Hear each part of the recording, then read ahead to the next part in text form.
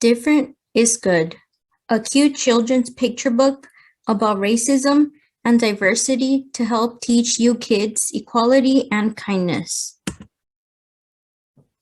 Summertime came once every year, like Christmas and Halloween. Ashura loved the summer season best of all because the world turned golden. Outside was warm, and indoors seemed better, even warmer. The days were long, and the nights blinked by. The trees along his street were bright and green again, and the flowers in the front yard bloomed in the prettiest colors.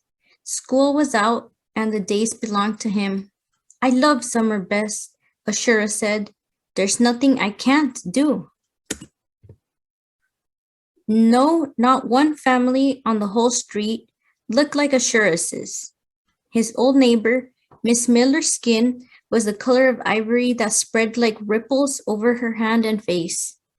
The twins across the road, Maggie and Paul, were like peaches.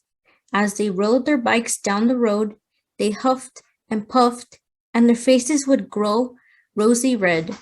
Nobody at school gave them nicknames or pointed and whispered.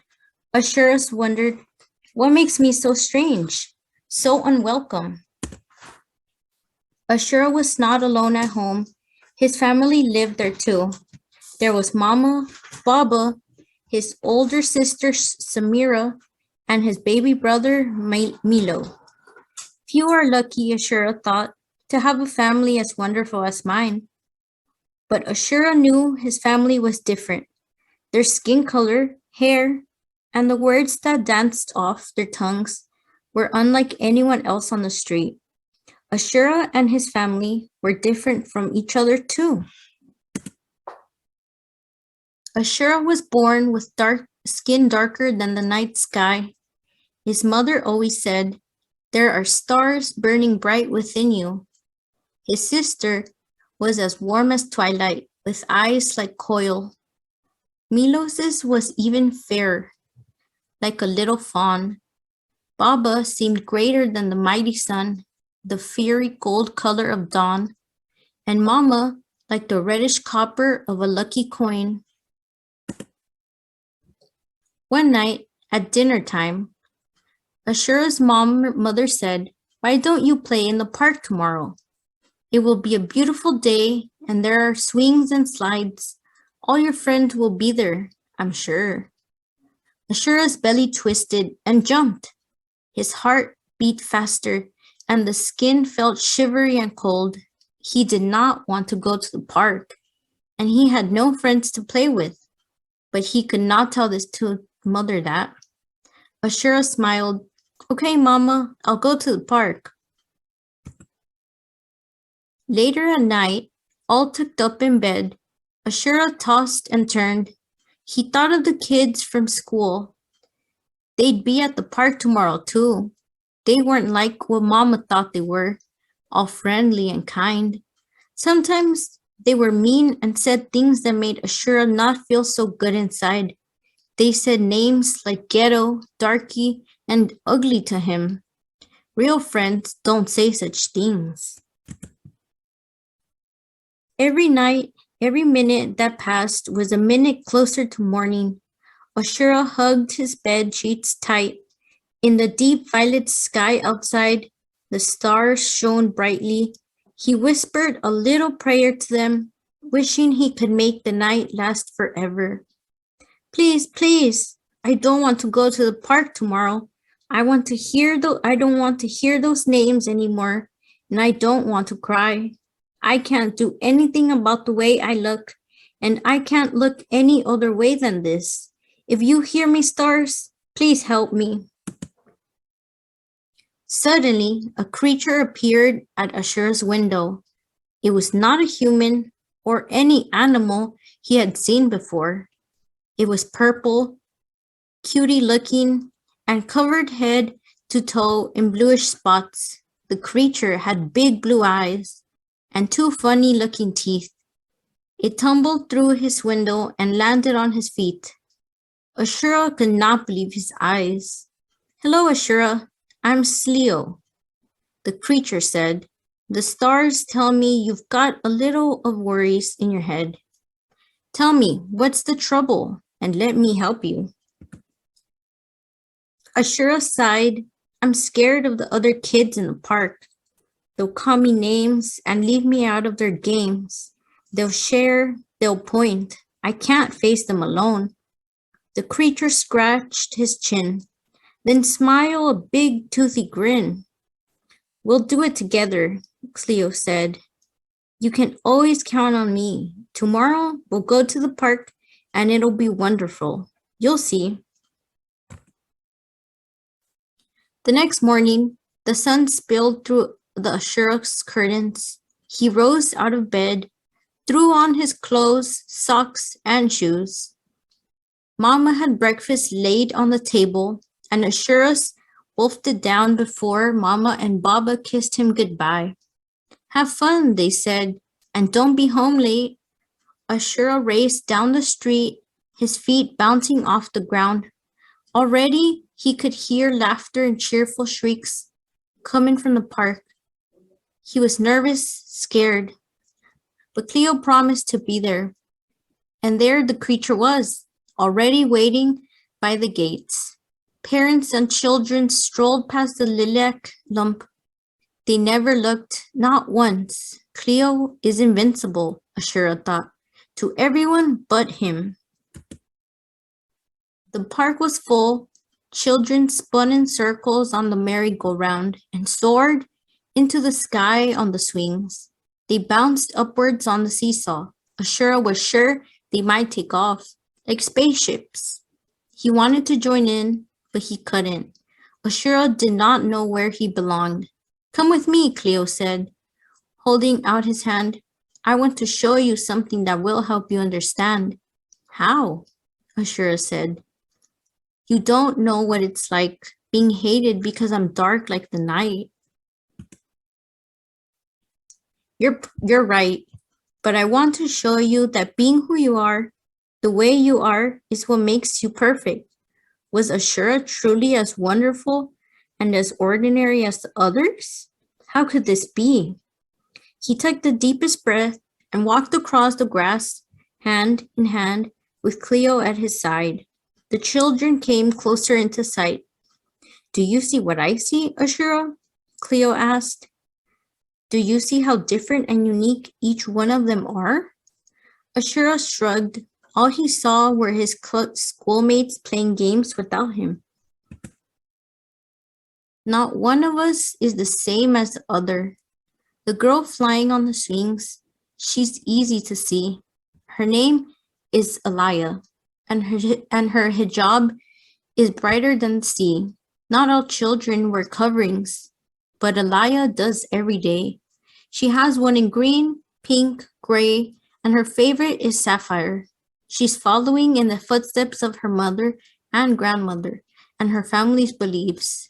Some kids whisper behind her back, what's she wearing on her head?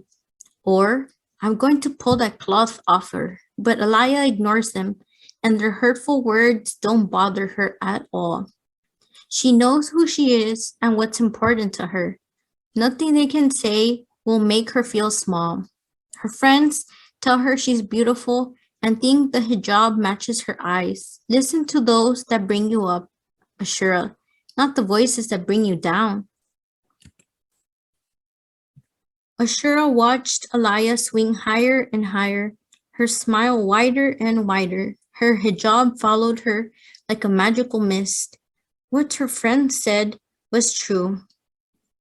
She was beautiful. It's not all about what you see on the outside. What people feel and think on the inside is different too. Our beliefs and faiths change. Azim Saleh says daily prayers at Mecca, while Esther goes to synagogue. The twins who live across the street go to Mass every Sunday, and some kids worship no religion at all. Faith is dear to each person's own heart. Ashura, don't you see? We're all different in more ways than one. Like the way some kids are tall and some short, they come in many colors too. You and Elia are two marvelous shades of brown, but James and Sam on the seesaw are glowing shades of pink. I'm not like any of you at all, with purple fur all fuzzy and thick. Do you see? There's beauty all around, like the colors in a box of crayons. We're all needed to make the picture perfect. Never fear the color that you are, because it is wonderful. Your beauty and theirs does not come from the way you look, but from places deep within, from the strength of the mind and the kindness of your heart. That is where self-respect begins. We all have voices, but none of them sound or speak the same. We're taught the different languages from where our families are from. You might say Habari, and Juan might say Hola. But either way, I will always know it means hello. The words are different, but the meanings are the same. Speak in your own language, use words from your heart. This is what makes you unique work of art. Hola, Habari. They strolled further into the park. Ashura felt braver already. He spotted Claire from his English class, her hair straighter than spaghetti. Cleo, look, he said. Our hair is different too. Tina's is short and straight, and Bella's is curled, flowing all the way down her back. Mike's is spiked and blonde, while mine is spiraled and black. Yes. And would you mistreat anyone because their hair is not the same? No, never, Ashura answered. Set an example for your friends. Show them how to be kind. Be a leader, Ashura. At the merry-go-round, Ashura saw some boys from his school. One of them, Miguel, had always been nice to him, but the other two were very cruel. Our likes and dislikes make us who we are. We all enjoy different foods and things for lunch. Some kids like spicy foods. Others prefer something plain. Your mama makes jollof rice, but Miguel's madre makes tortillas. Both are delicious. Neither is better or worse. Some kids are just like me and enjoy towers and towers of cake, but you should not eat too much of that for your heart's sake. We all like playing games and having fun, but we don't always like the same stuff. Some boys, some girls play with dolls, others with toy trains and cars. Some kids are happy with imagination and crafts and make thousands of paper stars. Just because these things aren't the same, it doesn't mean others can't join in. Tell others what you like and say it loud. They passed through the hopscotch when nobody was looking. Cleo hopped from 1 all the way up to 10. They walked over to the family's benches and stopped. You may feel like your family is odd, that they stand out on the street, but ask yourself, what is normal? And why it sits so good? All families are special. Just take a look. Susan, over in the sandpit, has two daddies. Her best friend Thomas only has his mommy, but they are still the best of friends all the same. Your family is part of this world. They're kind and good and strong. So, no matter what anyone else thinks, don't ever be ashamed of where you are from. Cleo said his goodbyes and wrapped Ashura in the tightest hug. Never forget the lessons you've learned and be true to yourself always. His magical friend disappeared, poof, into the air. Ashura was called over to the sandpit by Bella, the girl with the long curly hair. He played all day with her and her friends. They ran around in a game of tag. Their feet pounded the ground. They played until the sun dropped far beyond the clouds. Not one of them turned their nose up the darkness of his skin. It was then that Cleo's message finally sank in. It doesn't matter what color you are, you will always fit in. Ashura returned home out of breath and with a smile across his face. He felt wonderful, inside and out. He hugged his mama and Baba and told them and his sister about his adventures with his friends. He promised his baby brother that he'd always be strong and teach him how to be proud. Ashura prayed to the stars that night again, asking for only one thing. Let the morning come quick so that I can go to the park once more. The end.